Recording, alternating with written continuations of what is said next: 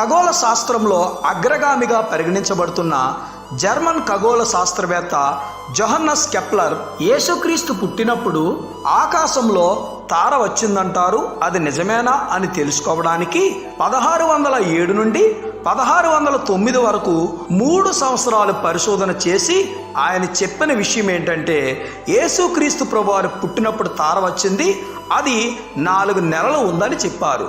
ఆ తారను చూసింది తూర్పు దేశపు జ్ఞానులు, పారసీకులు, జొరాస్ట్రియన్ మతానికి చెందిన వాళ్ళు, పర్షియా దేశానికి చెందిన వాళ్ళు.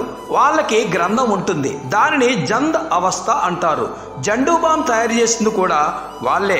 ఆ గ్రంథంలో ఉన్న స్టేట్మెంట్ ఏంటంటే, లోకాన్ని ఏలే రక్షకుడు పుట్టినప్పుడు ఆకాశంలో నక్షత్రం పుడుతుంది అని వ్రాసి ఉంది. వారు ఆ తారను చూసి వెతుక్కుంటూ హేరోద దగ్గరకు వచ్చారు. ఇది దేవుడు మనకి ఇచ్చిన అద్భుతమైన రుజువు.